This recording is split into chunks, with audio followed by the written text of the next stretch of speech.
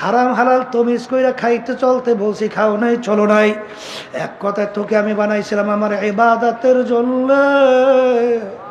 তোকে যখন আমার ইবাদত নাগফিরুহু ওয়া নুমিনু বিহি ওয়া নাতাওয়াক্কালু আলাইহি ওয়া নাউযু বিল্লাহি মিন শুরুরি আনফুসিনা من يهده الله فلا مضل له ومن يضلله فلا هادي له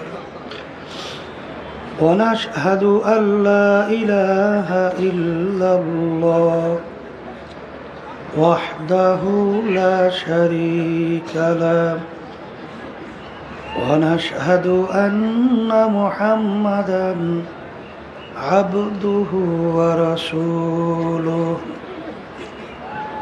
أما بعد فأعوذ بالله من الشيطان الرجيم بسم الله الرحمن الرحيم يا أيها الذين آمنوا صلوا عليه وسلموا تسليما اللهم صل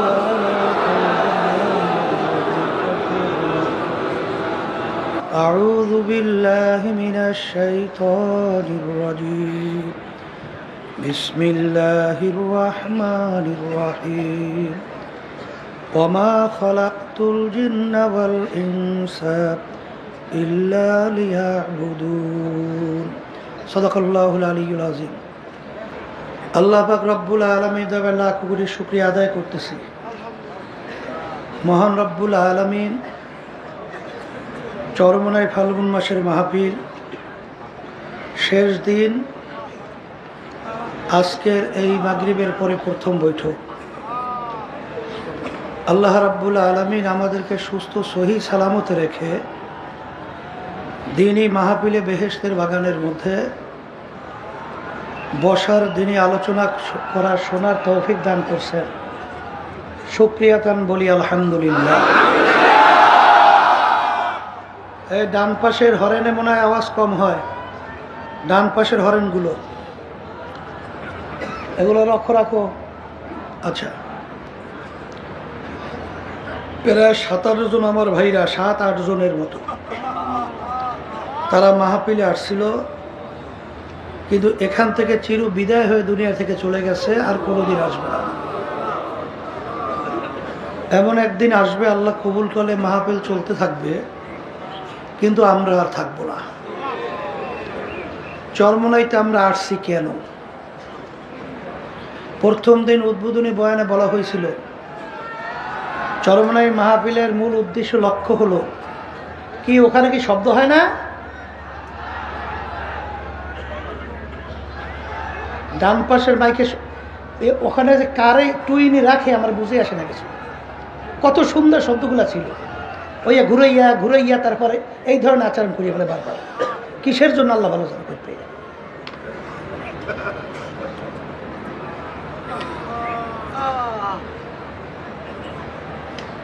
প্রথম দিন বলা হয়েছিল যে চরমনাই মাহফিল একমাত্র প্রতিষ্ঠা করার মূল উদ্দেশ্য হলো আল্লাহর পথ ভোলা বান্দাদেরকে আল্লাহর পরিচয় ঘটাইয়া আল্লাহর সঙ্গে সম্পর্ক তৈরি করা। অনেকে বলে যে চরমনাইতে ওরস হয়, আমরা বলি চরমনাইতে ওরস হয় না, চরমনাইতে মাহফিল হয়। আগামী দিন আল্লাহ কবুল করলে এই সময় এই মজলিস আর থাকবে না।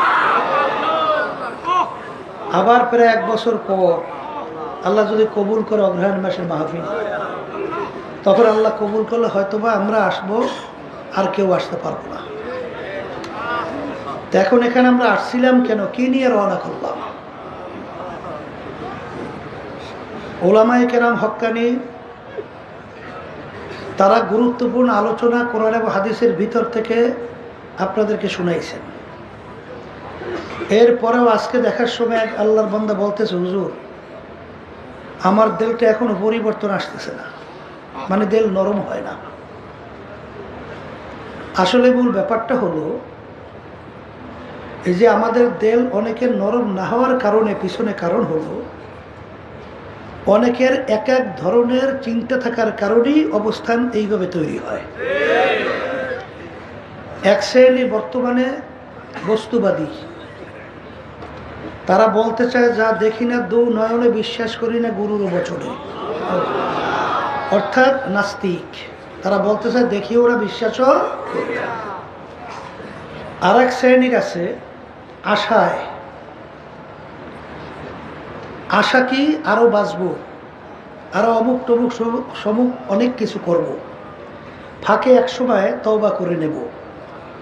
বিশেষ করে যুবকদের ভিতরে এটা বেশি হয়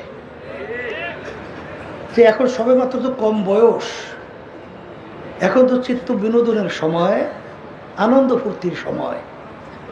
একটু বুড়া হওয়ার পরে তারপর ঠিক তওবা করব, আল্লাহর হুকুম নবীর তরিকা অনুযায়ী চলে ঈমান সহকারে কবরে যাব। এই আশা ভালো, কিন্তু আল্লাহ রাব্বুল আলামিন এদেরকে স্মরণ করে দেওয়ার জন্য বলছেন আলহাকুমুত তাকাসুর হাত্তা যুরতুমুল মাকাবির। আরো বাঁচবো, আরো অমুক টমুক সমুক অনেক কিছু করব, কিন্তু দেখা যাবে তার আশা আশাই থাকবে, কিন্তু বাস্তবায়ন আর হবে না। দুনিয়ার ভিতরে এমন একটা লোক বের করতে পারবেন না যে তার সব আশা পূরণ করার পরেই দুনিয়া থেকে বিদায় নিয়ে কবরে গেছে। এরকম ইতিহাস আছে। এর জন্য বাকির নাম ফাঁকি। বাকির নাম কি? আর এক শ্রেণীর আছে, তারা মনে করে আসলে কবরে কিছু হয় না না হয়, আখেরাতে এরকম কিছু আছে না না আছে। অর্থাৎ দেখবেন মাঝে মাঝে কিছু নামাজও পড়ে, আবার নামাজও ছাড়ে, কিছু কিছু রোজা রাখে, আবার কিছু রোজাও ছাড়ে, কিছু কিছু আল্লাহর হুকুম নবী তরিকা অনুযায়ী চলে, আবার বাদও দেয়। কথা ঠিক কিনা? অর্থাৎ সন্দেহ কিছু হয় না না হয়। যদি না হয় তাহলে এই আনন্দ ফুর্তি ছাড়িয়ে দিলাম, আর যদি হইয়েই বসে তাহলে উপায়টা কি হবে? এই বিভিন্ন কায়দায় চিন্তা করি। একজনের সাথে কথা বলতেছিলাম, এক নেতা, নামাজ 5 ওয়াক্ত ঠিক মতো পড়েন তো? বলে হুজুর মাঝে মাঝে কিছু পড়ি আবার পড়ি না। আমি বললাম আপনি কেমন মুসলমান? এই 5 ওয়াক্ত নামাজের ভিতরে কিছু পড়ে কিছু পড়ে না, এইটার নাম বলে বেনামাজি। এটার নাম কি? আর একেবারে নামাজ যদি ছাইরিয়া দেয়, আল্লাহ রসুল সাল্লাল্লাহু আলাইহি ওয়াসাল্লাম বলেন মুসলমান এবং কাফেরের ভিতরে পার্থক্য হলো নামাজ। মুসলমান নামাজ পড়ে, কাফের নামাজ পড়ি। কথা ঠিক কিনা? তাইলে কিছু পড়ে কিছু পড়ে না, এটা কি বেনামাজ? আর এক ওয়াক্ত নামাজ একেবারে ইচ্ছা কইরা ছাড়লে কত জাহান্নাম, তাকে তো কোথায় হিসাব করলে হাদিস অনুযায়ী নাই। কিন্তু এক ওয়াক্ত নামাজ পড়বে বলতে বলতে অন্য অক্ত এসে গেছে। কেউ যদি ইচ্ছা করে কাজা করে, নামাজ পড়ছে কি কইরা কাজা, এই অপরাধের জন্য কোরআন এবং হাদিস অনুযায়ী দুনিয়া এবং আখিরাতের সময় হিসাব করার পরে দেখা গেছে 2,88,00,000 বছর জাহান্নামের আগুনের ভিতরে জ্বলতে হবে। জোরে বলেন নাউজুবিল্লাহ। তা যারা নামাজ ছাড়ে তাহলে ইমানের ভিতরে ঘাটতি, বিশ্বাসে কি এই ঘাটতি আছে না নাই? হাদিসের মধ্যে আসছে আল্লাহ রসুল সাল্লাল্লাহু আলাইহি ওয়াসাল্লাম বলেন, যেই হারাম মালের দ্বারা রক্ত এবং গোশত তৈরি হবে তার জায়গা জাহান্নাম ছাড়া হবে না, তার জায়গা জাহান্নাম ছাড়া হবে না। কিছু আমার বাজানদেরকে দেখা যায়, শোনা যায়, কিছু পর্দালে মা বোনদের কথাও শোনা যায় যে আরেকজনের মাল পাইছে চুরি করে নিয়ে যায়, আরেকজনের সম্পদ পাইছে সুযোগ পাইলেই নিয়ে যায়। এটা হারাম না হালাল? হারাম। যেই রক্ত এবং গোশত হারাম মালের দ্বারা তৈরি হবে তার জায়গা জাহান্নাম ছাড়া হবে না। ওদিকে সে নামাজও পড়ে, রোজাও রাখে, তারপরে সে হারাম বিভিন্ন ঘুষ সুদ, তারপর ধোকাবাজি করে পরের সম্পদ, চাঁদাবাজি করে টেন্ডারবাজি করে সম্পদ বাড়ানো। তাহলে বুঝতে হবে তার হয়তো বা ধারণা যে কিছু হয় না না হয় ঠই গেলাম কি কি কথা বলেন না কেন? এরকম বিভিন্ন কায়দায় আছে না নাই? আমি আমার ভাইদেরকে বলো, পর্দা আলে মা বোনরা যারা শুনতেছে, প্রথম দিনই বলছিলাম যে মাহফিল বা এই আল্লাহ রাব্বুল আলামিনের পরিচয় দিন সম্পর্কে বোঝার জন্যে আল্লাহ রাব্বুল আলামিন প্রত্যেকটা মানুষের ব্রেন দান করছেন, জাহিন দান করছেন, বুঝ শক্তি দান করছে। কথা ঠিক কিনা? সংক্ষেপে বুঝবেন, যারা মানুষ তারা বুঝবে, সে অনুযায়ী চলবে, নিজের জীবনকে সেভাবে চালাবে। একেবারে সহজ কথা, কোরআনুল কারীম এখন আমাদের মাঝে আছে না? কোরআনুল কারীমের ভিতরে চ্যালেঞ্জের আয়াত এখন আছে না? অনেক আমার নতুন বাজানরা, বড় শিক্ষিত বাজানরা আসছেন। ওই তো দেখছি অনেক বড় অফিসার আসার পরে বলতেছে যে আমাদের ধারণাই ছিল না, এখানে আসার পরে আমাদের ধারণা অনেক পরিবর্তন ঘটেছে। এর অর্থ কি? বড় অফিসার হয়েছে ঠিক, কিন্তু আসলে দিন সম্পর্কে বোঝার চিন্তা চেষ্টা করে নাই, না করার কারণে দিন সম্পর্কে বুঝেও নাই। তাই কোরআনুল কারীম নাযিল হল আল্লাহর হাবিব সাল্লাল্লাহু আলাইহি ওয়াসাল্লামের উপরে। সাধারণ জ্ঞান আপনার কি বলে দেখেন, আল্লাহর হাবিব মায়ের পেটে থাকা অবস্থায় তার আব্বাকে দুনিয়া থেকে আল্লাহ নিয়ে গেছিল। দুনিয়াতে আসার পরে বছর 6 বয়স আল্লাহ তার আম্মাকেও নিয়ে গেল। দুনিয়ার কোনো শিক্ষায় আল্লাহ শিক্ষিত হওয়া থেকে তাকে সুযোগ দেয় নাই। দুনিয়ার দিক থেকে উম্মি। আল্লাহ রসুল সাল্লাল্লাহু আলাইহি ওয়াসাল্লাম তার নিজের দস্তখত করতে জানতেন না, সাইনও করতে জানতেন না। আল্লাহর হাবিবের আঙ্গুল মুবারকের ভিতরে আংটি মুবারক দিয়ে সিল মারত, ওইটাই তার পক্ষ থেকে প্রমাণ। আল্লাহ নবী সাল্লাল্লাহু আলাইহি ওয়াসাল্লাম জন্মগ্রহণ করেন মরুভূমি মক্কায়। কোরআনুল কারীম নাযিল হল আরবি ভাষায়। আরবের কাফেররা ছিল আরবি ভাষী, তারা কোরআনুল কারীম বুঝত। বোঝার পরেও কিন্তু তারা ভুল বের করতে পারছিল? পারে নাই। এই 1500 বছরের মধ্যে বহুত ইসলামের শত্রু, বহু দার্শনিক বৈজ্ঞানিক দুনিয়া থেকে বিদায় হয়ে গেছে, বর্তমানে আছে। এখনো কোরআনুল কারীমের চ্যালেঞ্জের আয়াত নাই। তারা কি ভুল বের করতে পারছে? বরঞ্চ আমরা কি দেখি, যারাই কোরআনুল কারীম নিয়ে রিসার্চ করে তারাই কিন্তু কালিমা পড়ে মুসলমান হয়। কি বাস্তব না অবাস্তব?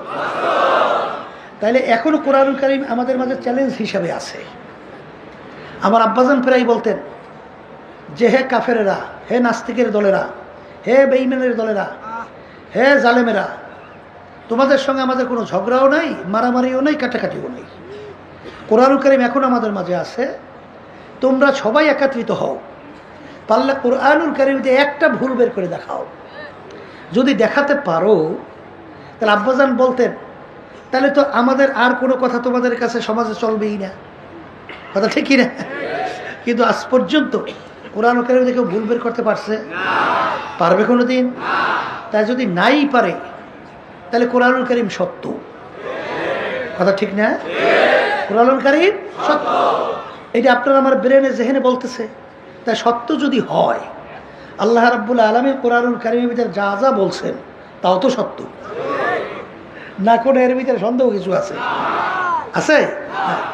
তাহলে কোরআনুল কারীম নতুনভাবে আর কি নাজিল হবে? তাহলে আল্লাহ হাবিব সাল্লাল্লাহু আলাইহি ওয়াসাল্লাম জাবালে রহমতের গোড়ায় তার বাহনের উপরে দাঁড়াইয়া প্রায় 100 লক্ষ সাহাবায়ে কেরামদের উপস্থিতিতে এই আয়াত শরীফ তেলাওয়াত করে শুনাইছিলেন, আল ইয়াউমা আকমালতু লাকুম দীনাকুম ওয়া আতমামতু আলাইকুম নি'মাতি ওয়া রাদিতু লাকুমুল ইসলামা দীনা। আজকের এই দিন ইসলাম বা দিন পরিপূর্ণ হয়ে গেল। সবাই বলেন সুবহানাল্লাহ। তাহলে দিন কি? সবাই মুখ খুলে বলেন পরিপূর্ণ। আবার বলেন দিন কি? তাহলে বাড়তি কমতি আর কোনো দিক দিনের মধ্যে নাই। এখন আল্লাহ রাব্বুল আলামিন ওই সত্য কালামের ভিতরে আমাদেরকে হুকুম করেন, উদখুলু ফিস-সিলমি কাফা। হ্যাঁ ইমানদারেরা, যারা আমাকে বিশ্বাস করো, এখন তোমরা দিনের ভিতরে পুরোপুরিভাবে ঢুকে যাও, পুরোপুরি ঢোকো। এখানে আব্বাজান একটা সুন্দর উদাহরণ দিতেন। মসজিদের ভিতরে আপনি এক পা রাখছেন, আবার বাহিরে এক পা রাখছেন। কেউ কিন্তু বলবে না লোকটা পুরো মসজিদে অথবা পুরো বাহিরে, বলবে পুরো মসজিদেও না, পুরো বাহিরেও না, মাঝামাঝি জায়গায় আছে। দুই পা দিয়ে যখন ঢুকবে বলবে পুরা মসজিদে ঢুকছে, দুই পা দিয়ে বের হবে পুরো বের হয়েছে। কথা ঠিক কিনা?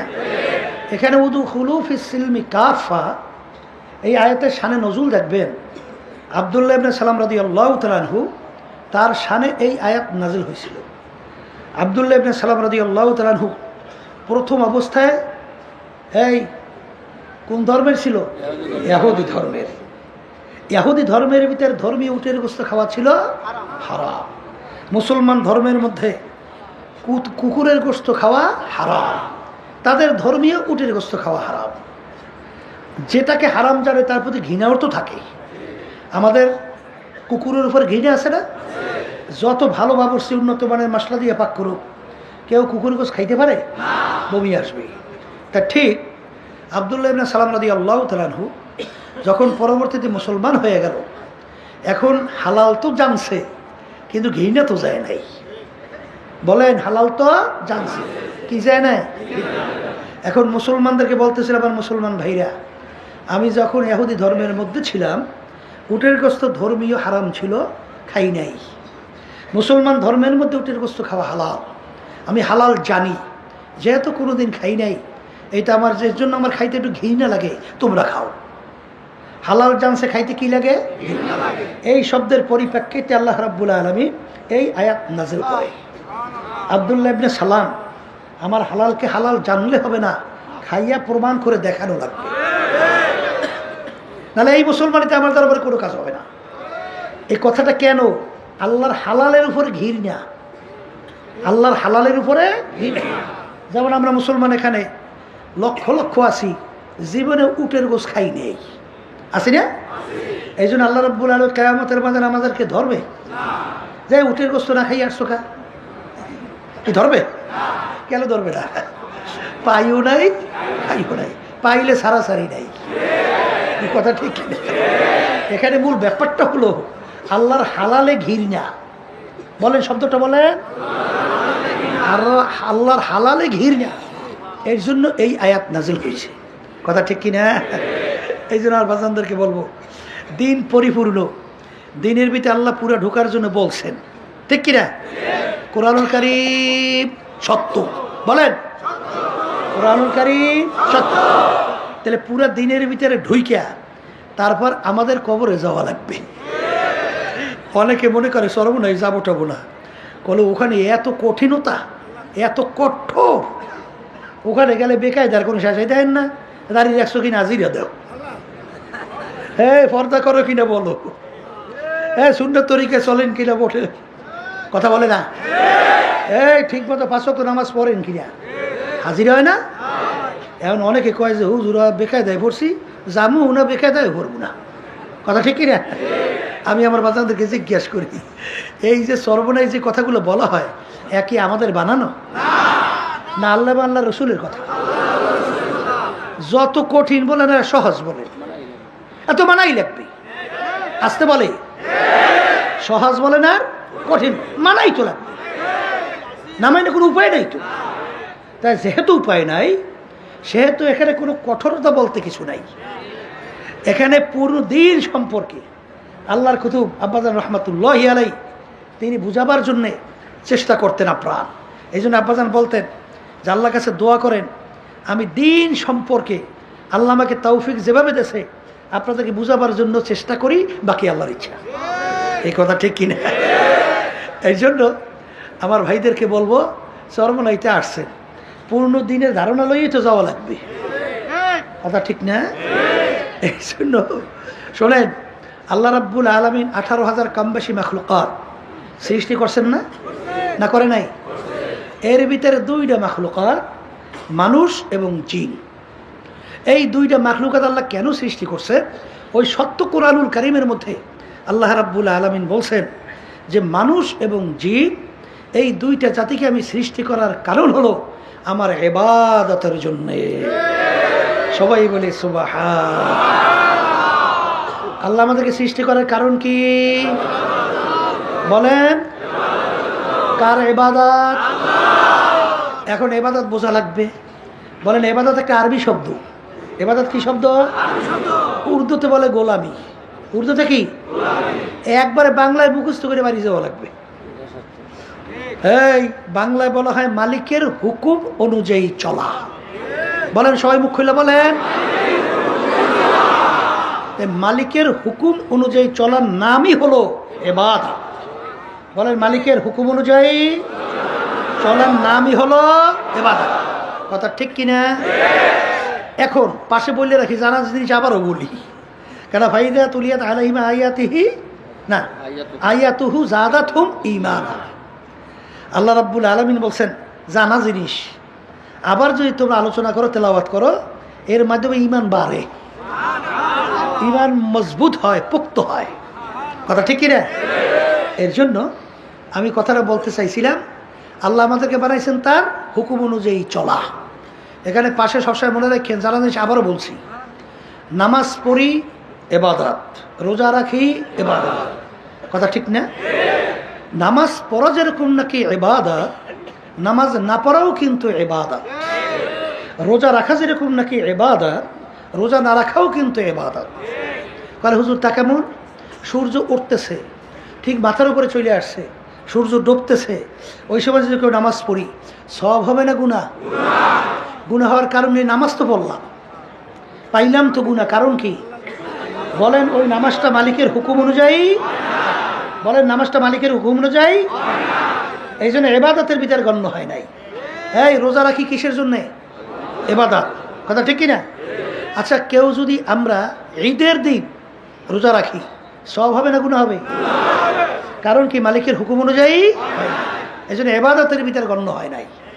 এক কথায় যেই কাজটা মালিকের হুকুম অনুযায়ী হবে সেইটা ইবাদতের ভিতরে গণ্য হবে, আর যেটা মালিকের হুকুম অনুযায়ী হবে না, সেটা যত বড় হোক ওটা ইবাদতের ভিতরে গণ্য হবে না। কথাটা কি আমরা পরিষ্কার বুঝলাম? আল্লাহ আমাকে সবাইকে তৌফিক দান করুন। আলহামদুলিল্লাহ, ইবাদত বুঝছি না। এখন বলতে পারেন হুজুর, তাহলে অন্যান্য মাখলুকাতগুলো আল্লাহ কেন বানাইলেন? আল্লাহ রাব্বুল আলামিন অন্যান্য মাখলুকাতগুলো আল্লাহ বানাইছেন। কোরআনুল কারীমে আল্লাহ বলেন, ওয়া খুলিকা লাকুম মা ফিল আরদি জামিআ। অন্যান্য মাখলুকাতগুলো আমি বানাইছি তোমাদের জন্যে। বলেন কাদের জন্যে? অন্যান্য মাখলুকাতগুলো আল্লাহ বানাইছেন মানে আমাদের খেদমতের জন্যে, আর আমাদেরকে আল্লাহ বানাইছেন তার ইবাদতের জন্য। দেখবেন আমরা যে সূর্যটা দেখতেছি, সূর্য আমাদের মানুষের দরকার নাই? একটা মানুষ না থাকলে, এই সূর্য না থাকলে মানুষ বাঁচে, ফসল হয়? তাহলে সূর্য আমাদের দরকার। কাদের জন্য বানাইছে? বলেন আমাদের জন্য। একটা মানুষ যদি দুনিয়া না থাকে, সূর্যের কি হয়? গেল। আচ্ছা, আমরা গরু গাবি আমাদের দরকার আছে না নাই? একটা মানুষ না থাকলে গাবি গরুর কি হয়? তাহলে বানাইছে আল্লাহ আমাদের। আম গাছ লাগাইছেন, এই গাছ লাগাইছেন, আমাদের লাগে না? লাগে না? যদি একটা মানুষ দুনিয়া না থাকে, গাছের কিছু হয়? মাছের কি হয়? কিন্তু মাছ আমাদের দরকার আছে না নাই? তাহলে সমস্ত মাখলুকাত আল্লাহ বানাইছেন কাদের জন্যে? আর আমাদেরকে আল্লাহ বানাইছেন কেন? বলেন তার ইবাদতের জন্য। আর ইবাদত বলছি মালিকের হুকুম অনুযায়ী চলার জন্যে। বলেন এই কথাটা তো আলহামদুলিল্লাহ বুঝতে পারছি। এখন আমার ভাইদেরকে বলবো, পর্দা আলে মা বোনদেরকে বলবো, শোনেন, এই আল্লাহ রাব্বুল আলামিনের হুকুম আমাদের প্রত্যেকটা মানুষের ব্যক্তিগত জীবনে আছে না? আসতে কয়তো? পারিবারিক জীবনে, সামাজিক, কামাই খরচে, আচ্ছা এরপরে সামাজিক জীবনে তো আছে, রাজনৈতিক জীবনেও আছে, আন্তর্জাতিক জীবনেও আছে, সূরা সিরাতে আছে। বর্তমানে কিন্তু ঝামেলা আছে। এক শ্রেণী বর্তমানে বের হইছে, এরা বলতে চায় মেয়েদের বা পোশাকাদের কোনো রেস্ট্রিকশন নাই। সবাই তো নাউজুবিল্লাহ কন। অর্থাৎ পোশাকাদির ব্যাপারে কোনো গুরুত্ব, এটা কোনো প্রয়োজন, অত কিছু নাই। সবাই জোরে বলেন নাউজুবিল্লাহ। এইটা কেউ যদি যাই না শুই না বই যা বলে, ঈমান থাকবে? হ্যাঁ, তাহলে হুজুর কেমনে থাকবে না? দেখেন লেবাসের ব্যাপারে আল্লাহ রাব্বুল আলামিন, পোশাকাদির ব্যাপারে কোরআনুল কারীমে সত্য কালামে কি বলছেন?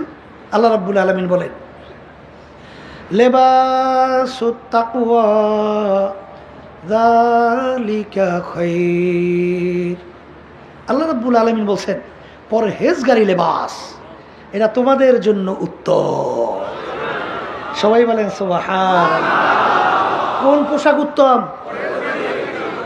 এখন এই পরহেজগারি পোশাক কোনটা, এটা আমাদের জানা লাগবে, বোঝা লাগবে। আল্লাহ রাসূল সাল্লাল্লাহু আলাইহি ওয়াসাল্লাম আল্লাহ দুনিয়াতে পাঠাইছেন। আল্লাহর হাবিব বলেন বুইসু মুআল্লিমান, আল্লাহ আমাকে ওস্তাদ হিসেবে পাঠাইছে। তার ছাত্র হলো সাহাবায়ে কেরাম।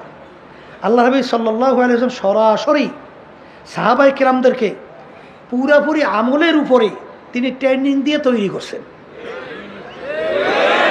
কথা ঠিক কিনা?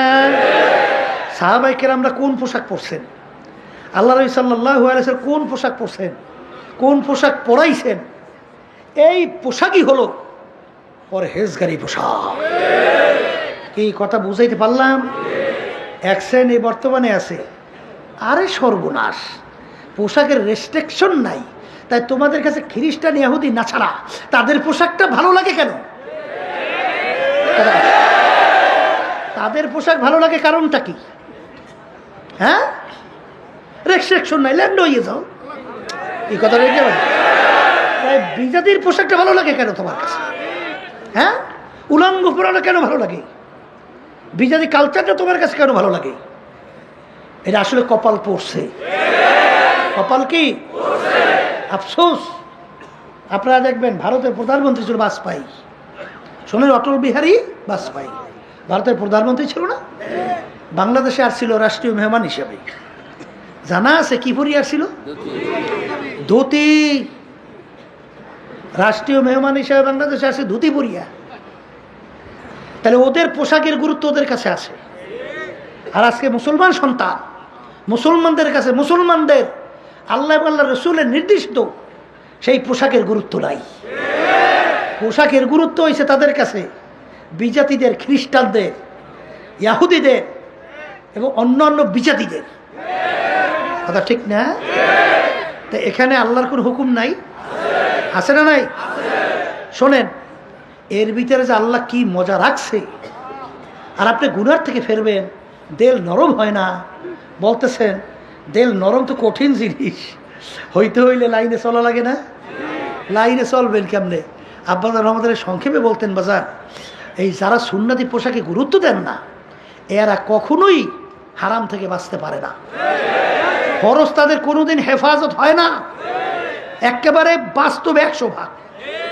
তাহলে হুজুর তা কেমন? আপনারা দেখবেন যে দাড়ি এক মুষ্টি পরিমাণ রাখা সুন্নত। কথা ঠিক কিনা? চুল 3 প্রকারে এক প্রকার রাখা সুন্নাত। কান্দা পর্যন্ত লম্বা, কানের লতি পর্যন্ত লম্বা, সৌহু সমান করিয়ে দেওয়া, এই 3 পদের 1 পদের রাখছেন সুন্নাত না? আচ্ছা, টুপি মাথায় রাখছেন কি? সুন্নাত। তাহলে টুপিও রাখছেন সুন্নাত, জামা গায়ে দিয়েছেন নেস পোশাক সুন্নাত, আলহামদুলিল্লাহ। দাড়িও রাখছেন সুন্নাত, পাগড়ি বাঁধা তাও সুন্নাত। এখন পাগড়িও বাঁধছেন, জামাও সুন্নতি গায়ে দিয়েছেন। এই আল্লাহর বান্দারা, টুপিও ঠিক মতো রাখছেন, লম্বা জামাও ঠিক মতো গায়ে দিয়া, পাগড়ি টাগড়ি বাইন দিয়া, এখন 3.5 হাত পুরো বডি দেয়া সুন্নাতে সাজানো না? আচ্ছা, এই সুরাতের মধ্যে পাগড়ি টাগড়ি বাইন দিয়া, লম্বা জামা গায়ে দিয়া, দাড়ি সুন্নতি রাইখা সিনেমা হলের ভিতরে ঢুকে সিনেমা দেখতে পারবেন কেনা কেনা? পারবেন? যদি কেউ এই অবস্থায় সিনেমা হলে ঢোকে, তাহলে সিনেমা দেখেন একদল আছে না, এরা বলবেন এই বেটা তুই দি হুজুর মানুষ, এই তুই সিনেমা আইসু ভাইয়া। কি কথা ঠিক কিনা? এই সুরাতে কোনো যে কোনো একটা মেয়ের সঙ্গে ডলাডলি হাসাহাসি ধাক্কাধাক্কি করতে পারে? বলবেন এই তুই দি হুজুর মানুষ, কি কাজটা করতেছ? কথা বলেন। আচ্ছা বলেন তো, আচ্ছা মেয়েদের সঙ্গে আড্ডা মারতে মন চায় না সবাই? আসতে বলে তো, ও ফেরেশতা হয়ে গেছে তো সব, মাশাআল্লাহ, এত ভালো। মেয়েরা ছেলেদের সঙ্গে আড্ডা মারতে মজা লাগে না? এই মজার কোনো শেষ আছে? কিন্তু সুন্নাতের বরকতে আল্লাহ রাব্বুল আলামিন হারাম থেকে বাঁচাইয়া রাখে, মন চাইলেও পারা যায় না। কথা ঠিক কিনা? এই জন্য আবার আব্বাজান বলতেন সুন্নাতের ফরজের বেড়া। কিসের বেড়া? এই ফসল লাগাইয়া চতুর্পাশে বেড়া দেয় না, ছাগল গরুতে যেন ফসল খাইতে না পারে, ঠিক কিনা? তাহলে এই ফরজকে হেফাজতের জন্য সুন্নাত হইল বেড়ার মতো। আপনি সুন্নাত ছাড়ছেন তো বেড়া ভাঙছে, ওখান থেকে ঢুইকে ফসল শেষ। তাইলে অনেকে আধুনিকতা এক শ্রেণী বেরোইছে, হ্যাঁ এখন বামার দিয়ে খাওয়া শুরু করছে, আবার খাওয়ার পরে প্লেটে ফালাইয়ে রাখে, কলে বললেন না এই সমাজে করা যায় না, হেলে কইবে যে এগুলো একেবারে নেষ্টি, এগুলো সমাজের একেবারে নিচু, এই জন্য হেরা খাইয়ে লই আবার কিছু হলাই কিনা। আবার দেখবেন আবার বামাই দিয়ে খাওয়া শুরু করছে, কি রে ব্যাপার, কলে এটা একটা কালচার, আধুনিকতা। এই কথা ঠিক না? সাহাবায়ে কেরামদের ইতিহাস, তারা কি সমাজের সাথে পরিবর্তিত হয়েছে না সমাজকে পরিবর্তন করছে? বলেন, মুখ খুললে বলেন। আমাদের ভিতরে আসলে চেতনাই নেই। শোনেন, আমার দাদার আব্বা এবং আমার দাদার কথা শুনছি, হিন্দুদের যখন রাজত্ব ছিল তখন কিন্তু মুসলমানদেরকে ধুতি পরাইছে, জানা আছে? আমার দাদাও কিন্তু ধুতি পরিয়ে চলতো। এবং আমার দাদার আব্বা, তার দলিলের ভিতরে এখনও লেখা পরিষ্কার, শ্রী সৈয়দ আমজাদ হোসাইন, শ্রী লাগাইয়ে দিয়েছে। কি বলছেন? আর মুসলমানরা আজকে ওই শুনছি আমাদের এখানে এই যে রাস্তার পাশে হাজি সাহেবের দোকান ছিল, বুঝছেন, এক হিন্দু ও বাচ্চা, ওদের ভাষা ওরা ধর্মে ওরা তো গুরুত্ব দিবেই, স্বাভাবিক। আইসে বলতেছে হাজি সাহেব লবণ দেন, কি কিনতে আইছে? এখন বলতে আছে হাজি সাহেব কইতেছে তুই যদি নুন না কও তাহলে তোর কাছে বিক্রি করবো না। এখন একটা হাঁস দিয়া চুপ করে বসে রয়েছে। আবার কতক্ষণ পর বলে হাজি সাহেব লবণ দেন, কলে তুই নুন না কো পর্যন্ত লবণ নুন বিক্রি করবোই না। তাই বহু সময় পর্যন্ত বলে দাঁড়াই রয়েছে, হাজি সাহেব নুন দেয় নাই আর ও কিনলই না, এই ছোট বাচ্চা। আর আজকে মুসলমান সন্তান, মুসলমানদের কালচার ভালো লাগে না, তাদের কাছে ভালো লাগে বিজাতিদের কালচার। আসলে কপালটা পড়ছ, মান তাশাব্বাহা বিকওমিন ফাহুয়া মিনহুম। হাদিসের মধ্যে রাসূল সাল্লাল্লাহু আলাইহি ওয়াসাল্লাম বলছেন, দুনিয়ার ভিতরে যেটা তোমার ভালো লাগবে, যেই পোশাক আদি, যাদের সাথে সম্পর্ক, কালচার, কিয়ামতের ময়দানে তাদের সঙ্গে হাসর হবে। অত সহজ মনে করিয়েন না। এখন হারাম থেকে বাঁচা লাগবে, আসতে বলে হারাম থেকে বাঁচতে হইলে তো সুন্নতি পোশাক লাগবে। অনেকে কিন্তু বলতেছে হুজুর হুজুর ফরজ ওয়াজিব পালন করলেই তো হয়, বর্তমানে ফতুয়ার অভাব নাই। একদল বাইরে সে ফরজ ওয়াজিব মানলেই তো হয়, অজাইয়ে দেবেন ফরজও নাই ওয়াজিবও নাই। ও আমরা খবর নিয়ে দেখছি নাই, আসলে কিচ্ছু নাই, ওসব ধোঁকাবাজি। কথা বোঝেন নাই? আসলে আমলকে উঠাই দেওয়ার জন্যে বিভিন্ন ষড়যন্ত্র, ঠিক না? এই সুন্নতি আমল করা লাগে না? এই হুকুমটা কার? আল্লাহর হুকুম না? কোরআন কারিমে আল্লাহ কি বলেন? কুল ইন কুনতুম তুহিব্বুনাল্লাহ ফাত্তাবিউনি ইউহিব্বুকুমুল্লাহ। হে রাসূল, আপনি বলে দেন, যদি আপনার উম্মতেরা, আমার বান্দা বান্দিরা আমাকে কেউ মহব্বত করতে চায়, তারা যেন আপনার অনুসরণ অনুকরণ আপনাকে মহব্বত করে। সবাই বলি সুবহানাল্লাহ। এই হুকুমটা কার? তাহলে আল্লাহর মহব্বত পাইতে হইলে আল্লাহ রাসূল সাল্লাল্লাহু আলাইহি ওয়াসাল্লামকে বাইপাস কইরা পাওয়া যায় না। মুখ খুলে বলেন পাওয়া যায় না। তাহলে কোরআন কারীম আয়াত উল্টা হয়। অনেকের কষ্ট লাগে, শুনতে ভালো লাগে না, কিন্তু কোরআনুল কারীমে হাদিস বলি কিনা এইটা শুনবেন আর মনে মনে আফসোস করেন, আল্লাহর কাছে দোয়া করতে থাকেন, মালিক দয়া করিয়া আমার মালিক যার উপরে দয়া মায়া নজর আইসা যায় ওই বন্দাবান্দির জন্য মুহূর্তে সব পায়। এই জন্য আমার বাজানদেরকে বলবো, পর্দা আলে মা বোনদেরকে বলবো, আমার মালিক তো শুধু তোমার আমার বাহ্যিক আমলের দিকে তাকাইয়া থাকে না, আমার মালিক তোমার অন্তরের দিকে তাকাইয়া থাকে, কলবের দিকে তাকাইয়া থাকে। যে বান্দাবান্দির দিলের অবস্থা কি। আর সবসময় মালিকের কাছে দোয়া করা যে মালিক আপনি যদি দয়া মায়া করে আপনার কুদরতি কোলেটাই না জাগা না দেন, আমাদের কোনো উপায় নাই। এইভাবে বন্দা যখন সারেন্ডার হয়ে মাওলার কাছে সুপর্দ করে, ওই বন্দাবান্দির জন্য আমার মালিক যথেষ্ট হইয়া যায়। বাজার আমাদেরকে মালিক বানাইলেন তার ইবাদতের জন্য, অন্যান্য মাখলুকাতগুলো মালিক বানাইলেন তার আমাদের জন্য। আমার মালিক তাকাইয়া তাকাইয়া দেখে, বন্দাবান্দি আমি তোদেরকে বানাইলাম আমার ইবাদতের জন্য, অন্যান্য মাখলুকাত বানাইলাম তোদের জন্যে। আমি তোর বিচার চাইয়া চাইয়া দেখি, তুই গাবি গরু পালু দুধ খাওয়ার জন্যে, গাবিতে দুধ দেবে, বাচ্চা হবে, বংশ বিস্তার লাভ করবে। এখন বাচ্চাও দেয় না, দুধও দেয় না, তুই গরুটাকে শোয়াইলি, ছুরি ধার কইরা জবাই করলি, এরপর চামড়া খুইলা গোস্ত পাক করে নিজে আত্মীয় স্বজন নিয়ে খাইলি। খা বান্দাবান্দি, তোর এক কাজে লাগে না অন্য কাজে লাগাইলি, খা, তোর জন্যই আমি বানাইলাম। আম গাছ লাগাইলে আম খাওয়ার জন্য আম দেয় না, আমি তোর বিচার চাইয়া দেখি আম গাছ কাটলি, তক্তা তৈরি করলি, অন্ন দিয়া লাকড়ি তৈরি করলি, আগুন জ্বালালি, ভাত তরকারি পাক কইরা খাইলি। খা বান্দাবান্দি, আমি তোর জন্যই বানাইলাম। এক কাজে লাগে না অন্য কাজে তুই লাগাইয়া দিলি। এখন তোর বিচার তুই কর, তোকে আমি বানাইছিলাম আমার ইবাদতের জন্যে। আমি তোর বিচার চাইয়া চাইয়া দেখি, ফজরের সময় মুয়াজ্জিন আমার পক্ষ থেকে তোকে দাওয়াত দেয়, আসসালাতু খায়রুম মিনান নাওম, ঘুম হইতে নামাজ ভালো। আমি তাকাইয়া দেখিলাম কম্বল পাইয়া তুই নাকটাই না মুড়া দিয়া তুই ঘুমাও। তুই আমার হুকুম পালনের জন্য তোকে আমি মসজিদে নামাজে পাই নাই, তোকে আমি ফজরে নামাজে পাই নাই, জোহরে তোকে আমি ডাকলাম পাই নাই, আসরে ডাকলাম পাই নাই, মাগরিবে ডাকলাম তোকে আমি পাই নাই, তোকে এশায় ডাকলাম পাই নাই, রমজানে রোজা রাখার জন্য বলছি রাখো নাই, হজ যাকাত ফরজ হলে আদায় করতে বলছি আদায় করো নাই, সুন্নাত তরিকা অনুযায়ী চলতে বলছি চলো না, পাই নাই। এখন তোকে আমি কোন কাজে লাগাবো?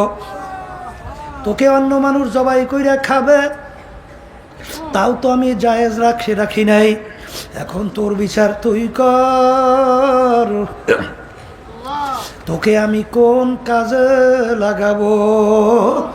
আমার মালিক বলে, বান্দা বান্দি মনে রাখিস, আমার একটা কাজ আছে, আমার একটা চুলা আছে, ওই চুলার নাম হলো জাহান্নাম।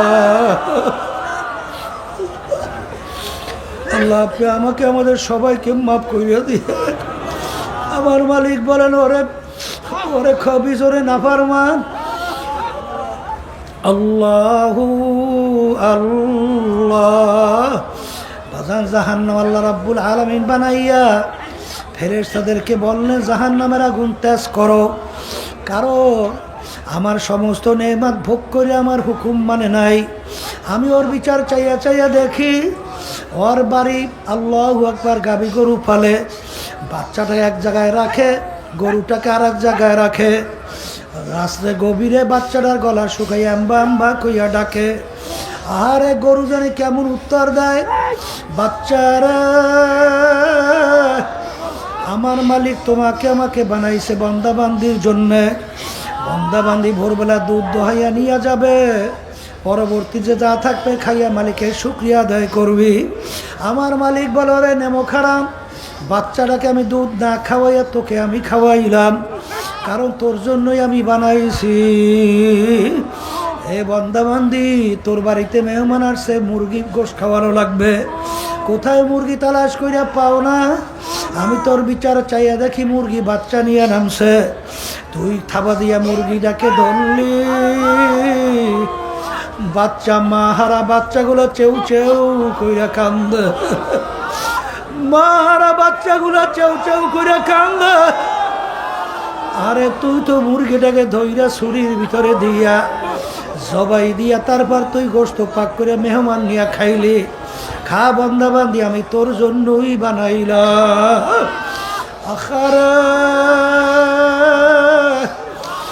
আরে ফেরেশতারা এই আগুনে হবে না, আগুন আরো তেজ করো।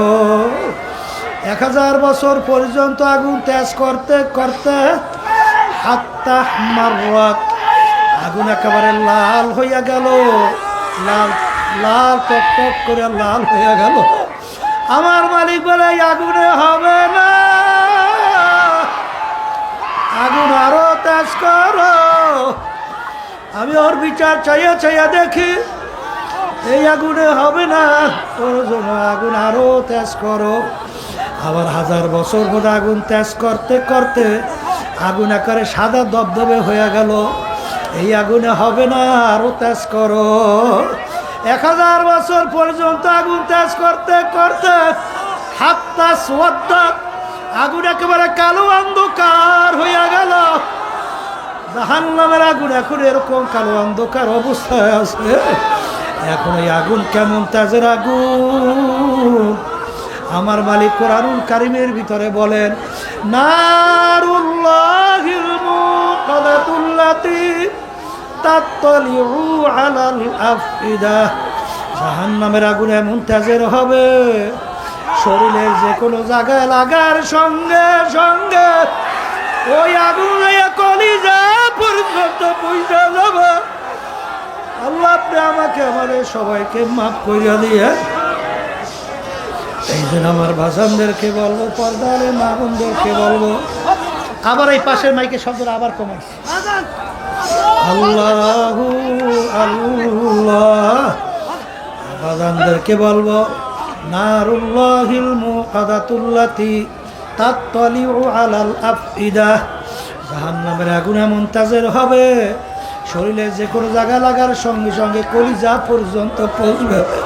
আল্লাহ আপনি আমাকে আমাদের সবাইকে মাফ করে দিয়ে। হে বড় লোক আমার বাবারা, হে ধনী আমার বাবারা, হে আরাম প্রিয় আমার বাবারা, হে সম্পদের মালিক আমার বাবারা, ভালো কইরা বুঝাও আমার মালিক দুনিয়ার মধ্যে তুলাগুলো কেন বানাইলো? তুলা তো কোনো মানুষকেও খাইতে দেয় নাই, গরু ছাগলকেও খাইতে দেয় নাই। তুলাগুলো মালিক কেন বানাইলো? আমার মালিক বড় শখ কইরা বন্দাবান্দি বানাইছে। আরে বন্দাবান্দি আমার বড় আউসের বন্দা। তোরা যখন ঘুমাইয়া মাথা ভাঙ্গা জমিনে পড়বে, আমার দেখা কুদরতি পরনে সহ্য হয় না। আমি গাছের ভিতরে তুলা দিলাম, পারবি বালিশ বানাবি, ল্যাব বানাবি, তোষক বানাবি, তুই তোষকে ঘুমাবি। ল্যাব তুই গায়ের ভিতরে ঠান্ডায় দিয়া, বালিশ মাথার নিচে দিয়া, তুই যখন ঘুমাবি আমি দেখব আমার কুদরতি কলিজারা ঠান্ডা হইয়া যাবে। আমি তোর বিচার চাইয়া দেখি, সেই ল্যাব কম্বল মোড়া দিয়া ঘুমাও, তোকে আমি নামাজে পাই না। কিন্তু বন্দাবান্দি মনে রাখিস, তোদের জন্য আমি জাহান্নামের মধ্যে ল্যাব তোষকের ব্যবস্থা করছি। আমি জাহান্নামা মিহাদু আমি ফাউকিহিম গওয়া। আল্লাহ, জাহান্নামের ভিতরে আমি ল্যাব তোষকের ব্যবস্থা রাখছি। আমি ফেরেশতাদেরকে বলবো, ফেরেশতারা জাহান্নামীদেরকে, নাফরমানদেরকে জাহান্নামে তোষকে শোয়াইয়া দাও। এরপর ওদের গায়ের ভিতরে জাহান্নামের ল্যাবটা উঠাইয়া দাও। এরপর ল্যাব তোষকের চতুর্পাশ দিয়ে আটকাইয়া দাও। এরপর ল্যাব তোষকের চতুর্দিকটা জাহান্নামের আগুন ধরাইয়া দাও। আল্লাহু আল্লাহ। বালকেরা মনকে বুঝাও, দুনিয়ার ভিতরে মানুষ কষ্ট সহ্য করতে না পারলে মানুষ মারা যায়, কিন্তু আল্লাহ রাব্বুল আলামিন বলেন, আল্লাহ কুল্লামা নাদিজাত জুলুদুহুম বাদদালনাহুম জুলুদান গায়রাহা। আমার মালিক বলেন, জাহান্নামেরা জাহান্নামের আগুনে জ্বলতে জ্বলতে ওদের শরীরের চামড়া শরীর থেকে পৃথক হইয়া জমিনের ভিতরে ধারাস কইরা পইরা যাবে। লা ইয়ামুতু ফিহা ওয়া লা ইয়াহইয়া, মানুষ বাঁচবেও না মরবেও না, মরণ তালাশ করে পাওয়া যাবে না। আবার নতুন চামড়া গজাইয়া যাবে, আবার জ্বলতে জ্বলতে চামড়া পইরা যাবে। আল্লাহ আপনি আমাকে আমাদের সবাইকে মাফ কইরা দিও। হে দুনিয়াদার পাগল, আমার মালিক বড় দয়ার মালিক, আমার মালিক বড় মায়ার মালিক। আজকে যারা দুনিয়ায় থাকা অবস্থায় এই জাহান্নামের ভয়, আমার মাওলার আযাব ও গজবের ভয়, যারা দুই চোখের পানি ফেলাইয়া কাঁদবে, ওই জাহান্নামের আগুন চোখের পানি সারা ঠান্ডা হবে। বাবা, কিয়ামতের ময়দান জাহান্নাম যখন গরিব গরিব ডাক দিয়া জাহান্নাম কিয়ামতের ময়দানের দিকে আসবে, আল্লাহর হাবিব সেজদায় পড়ে কাঁদবার বলে, মালিক জাহান্নাম যদি একটা আমার উম্মাত খাইয়া ফেলে, আমি আপনার ইজ্জত জালালের কসম করে বলছি আমি আপনার বেহেশতে যাব না। আল্লাহর হাবিব কান্দে, আল্লাহ রাব্বুল আলামিন বলেন, হাবিব গো মাথা উঠাও, তোমার কান্না সহ্য করা যায় না। আরে উঠাইয়া যখন পানি দেবে, যাও জাহান্নামের দিকে ছিটানি মারো। যখন এই পানি নিয়ে জাহান্নামের দিকে ছিটানি মারবে, জাহান্নাম কেত কেত করে পিছনে দৌড় মারবে। আল্লাহর হাবিব বলবেন, মালিক রে, এত ফেরেশতা জাহান্নামকে ধইরা রাখতে পারে না। এই আপনার কোন কুদরতি পানি দেওয়ার সঙ্গে সঙ্গে জাহান্নাম পিছনে দৌড় মারলো। আল্লাহ রাব্বুল আলামিন বলে, হাবিব গো, এ কোনো কুদরতি পানি না। আমার বান্দা বান্দিরা, আপনার উম্মতেরা দুনিয়া থাকা অবস্থায় যারা এই জাহান্নামের ভয় দুই চোখের পানি ফেলাইয়া কাঁদছে, সেই চোখের পানি এই পানি। এই জন্য আমার বাজানদেরকে বলবো, গুনার কথা মনে করো, দিলটাকে ভাঙ্গো, দুই চোখের পানি ছাড়ো, আমার মালিকের কাছে ডাক দাও, আল্লাহ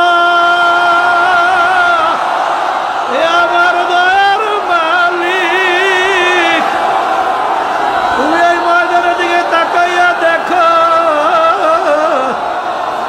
মালিক তুমি আমাকে জাহান্নামে ফেলায়ো। দেখলে কিস্তি বানা কিস্তি আপনা দেখলো, গহরায় দরিয়া কি আল্লাহ কিস্তি না গো বুঝালে গো। 3.5 নৌকার মাঝির দলেরা খুব সতর্ক অবস্থায় পারি জমা। সমুদ্র বড় ভয়াবহ, সমুদ্রের ভিতরে বড় তুফান তুফান। যদি হালকা, যদি দুর্বল তটকা নিয়ে পারি জমাও, যখন দুই পাশ থেকে ঠাস ঠাস বাড়ি মারবে, তোমাকে সহ সমুদ্রে ডুব দেবে। 3.5 নৌকার মাঝির দলেরা, মৌতের সমুদ্র, কবরের সমুদ্র, মিজানের সমুদ্র, কিয়ামতের ময়দানের সমুদ্র, এই সমুদ্রের ভিতরে পারি জমানো লাগবে। হালকা ইমান নিয়ে পারি জমাইলে আজরাইল সালাতু ওয়াস সালাম যখন থাবা মাইরা মারবে,